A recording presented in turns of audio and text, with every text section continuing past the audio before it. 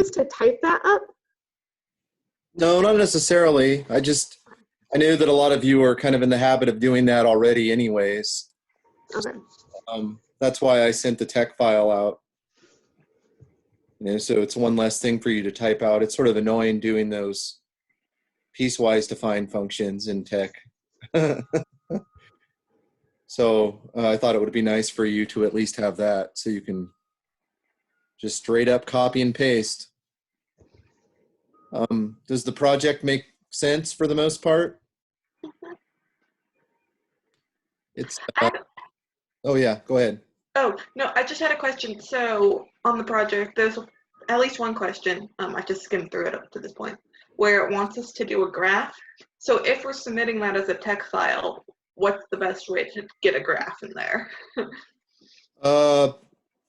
So what, okay, I'll show you. Problem 9. Yeah. So let me see if I can show you. Hang on a sec. This is a nice little thing. What do you guys learn in that tech class? Do they teach you how to embed images and file? Yeah. Okay. Oh, wait. It's not going to let me do that. Hang on, let me let me minimize the screen. Okay.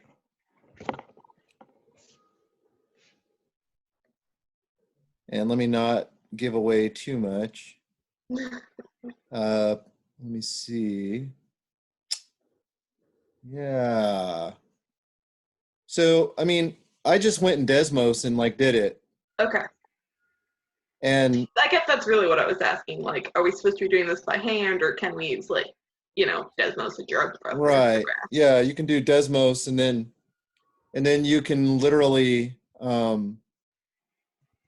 like do a screen capture of like I mean, that's like how I do basically all my images. Is I'll do like a screen grab of some part of it. Do you guys know how to do that with like the snipping tool that's native to the thing? So you do a snipping tool. Usually that will save it as like a PNG. Is that what it saves it as? It's like a PNG or something like that, or maybe like a JPEG or something. And I mean, LaTeX knows how to handle basically any of those sorts of files. So yeah, that's all I'm looking for. Look at that. Isn't that amazing? I mean, just stare at that for a minute. So one of those corresponds to one case, one corresponds to another, one corresponds to another. You can see that this thing is starting to flatten out more that you add together. Does that make sense? And it's starting to be more mound shaped and become better behaved as you put more and more stuff in there. So I think that's pretty cool. So that's the sort of thing that I'm looking for. Okay. And if you look at it the right way, it shouldn't be too bad. Okay. But if you look at it the wrong way, well, that might present some problems. If you follow to the letter my instructions, because like look, you don't have to do it in this piecemeal way where I keep adding in one variable at a time. There's a way that you could just do it all at once.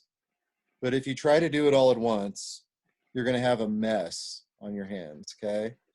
And I think that's what the book means when it says, it was in one of the chapters, maybe chapter 6, where it said the sum of uniforms, like the density, is in general really messy.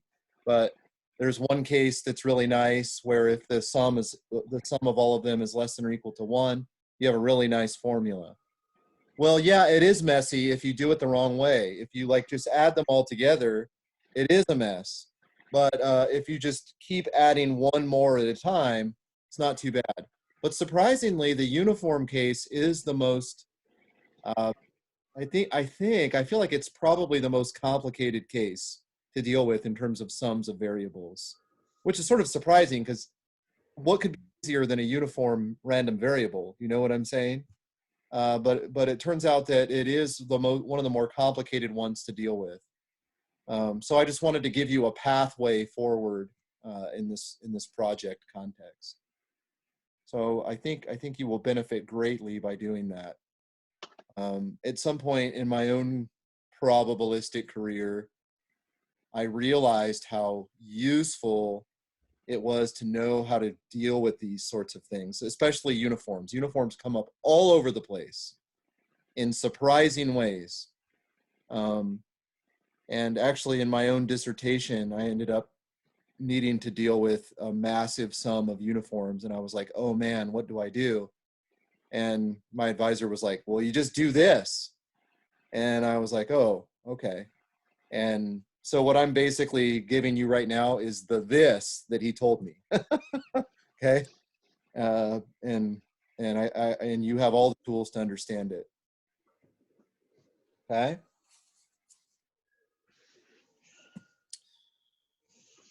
Well, what else? What else? Are you thinking about doing a homework quiz this week, or are we going to just drop that because of the exam? Nope. No homework quiz. Just work on that. And again, however you guys want to sort it out, if you want to divvy it up, that'd be fine. I would just not wait until Sunday, afternoon to try to work out those details. I would,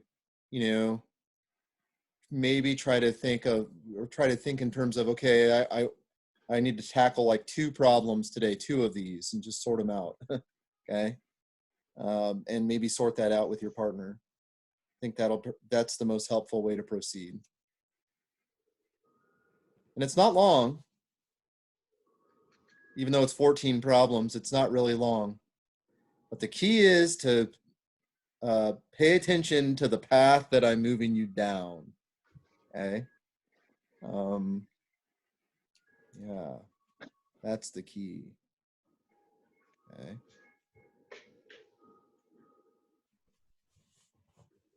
By the way, my kids asked me to grow a quarantine beard, so that I'm not like I'm not just not paying attention to my own personal hygiene. My kids actually requested that I grow a quarantine beard so that they have some kind of idea of how long this is going on. So there you go. Beard starting to emerge at this point. So yeah. What else? Other questions?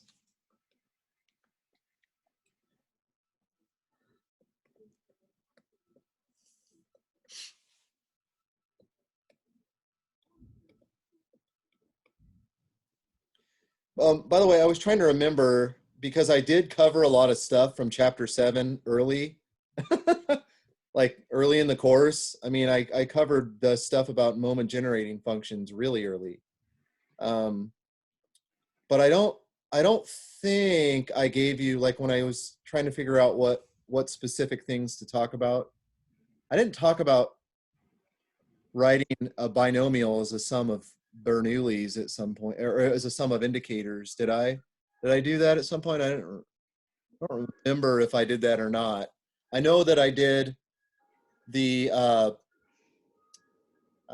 negative binomial as a sum of geometrics. Yes, didn't I do that? I said, here's the negative binomial. I'm waiting for the rth success. That's just a sum of R geometrics. And I also did the gamma as a sum of exponentials. I did that, right? So the gamma distribution is a sum of exponentials. But writing things as a sum of indicators is an exceptionally powerful tool to have in your back pocket. And it really gets brought to bear when we want to apply the central limit theorem later on. So that's why I want to pick out these special examples. And it's sort of an amazing thing that even though I didn't even write down the distribution for the binomial, I was still able to write down the moment generating function, right? I was able to write that thing down before I even had the distribution in hand, just by thinking about the individual trials themselves. That's really, really powerful. And so I'll continue kind of picking and choosing some example applications of that. Did the Boole's inequality example make sense, hopefully? It's just kind of a new way of proving Boole's inequality. But yeah.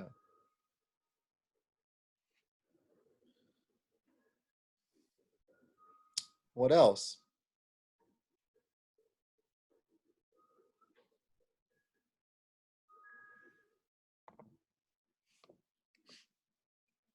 Well, let me just get you thinking about one thing. Binomial, we wrote it as a sum of indicators. Yeah? Okay. What about the hypergeometric? Do you think we could write that as a sum of indicators? Remember that, what's the difference between the hypergeometric at each trial and the binomial at each trial? What's the difference? Hmm?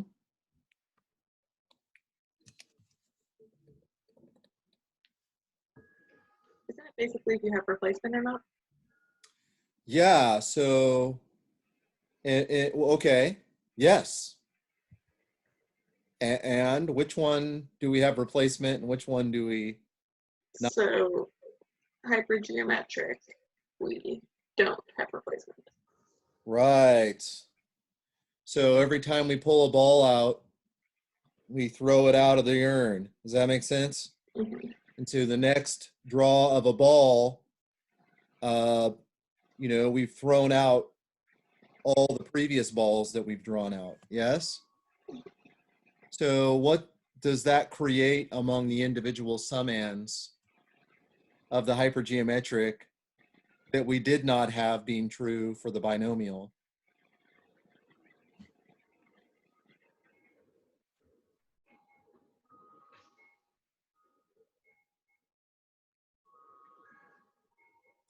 So in probability, it's sort of like, like in Sunday school, if you don't know the answer, you always say Jesus.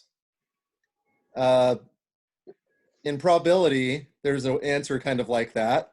And it's just saying the word independence, right? So in the case of the binomial, the individual summands are independent because the trials themselves are independent. Yeah? But in the case of the hypergeometric, the individual trials, like, okay, what are the individual trials? Well, take the first ball out. Is it the color I want? Or, is it a success or not? Okay. If it's a success, it's 1.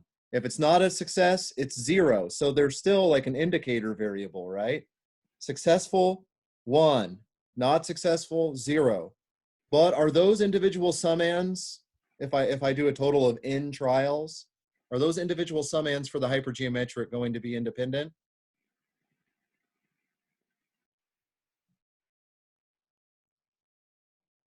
No. Katie says no. Why not? Because you don't have that replacement. Yeah, there's going to be all kinds of dependency among them because it really, and we know that influence does not, right? Influence does not equate to independence. We've talked about that at length. But here there's just a wild amount of dependence going on. If I'm executing the ith draw of a ball, then I need to know what happened with all the previous I-1 draws of the balls. Does that make sense? I need to know whether they were 1 or 0. If they were 1, that means I took out a success, which impacts all future draws, yes? And if it was a 0, I also need to know that because that will also impact all future draws because that I've kind of gotten rid of a bad one when I did that, yes? So it's different. It's a different situation than the binomial one.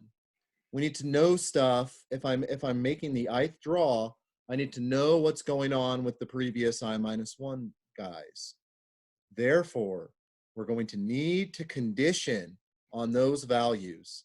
And this is where this stuff about conditional expectations is going to come to save us. Okay. So, so I'm definitely going to work through that example with great rigor, just so that you know. And I think it'll be really, really helpful to think that through. And incidentally, this also, did I send you guys, did I give you guys that paper about the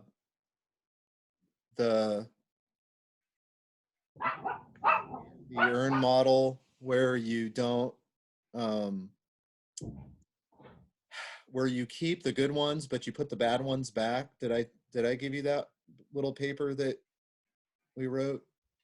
That actually just came out like last month.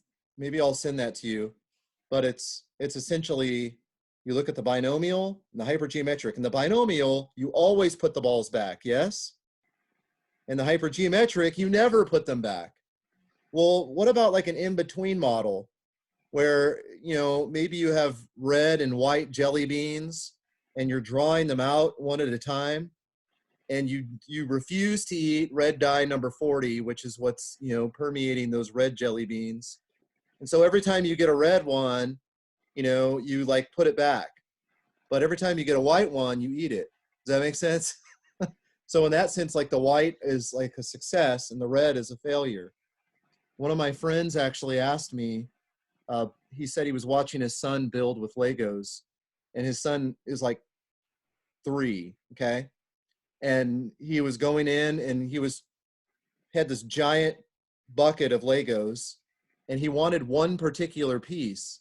Well, the way he was going to find that piece was he was just reaching his hand in and grabbing it out and looking and saying, nope, I don't want that. And then he would put it back, and then he would go around and look and go, nope.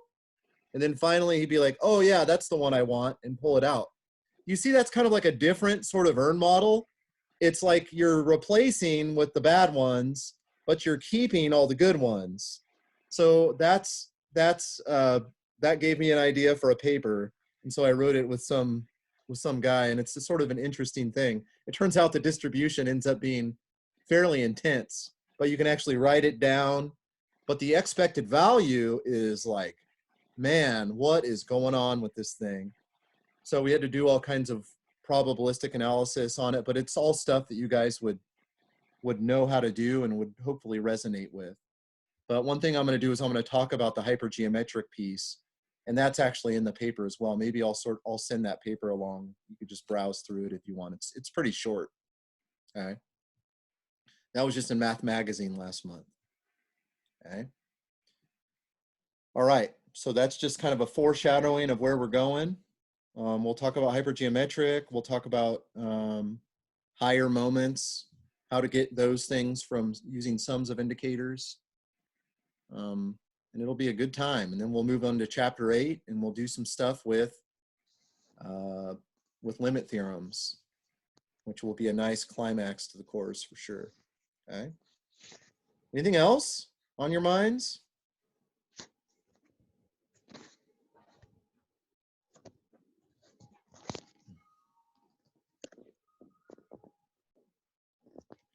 Well, hey, keep on plugging away.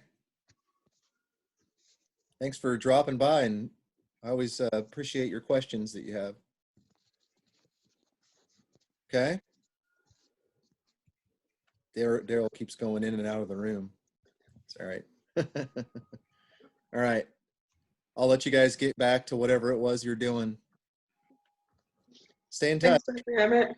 Yep. Thank you, Dr. Hammett. See ya.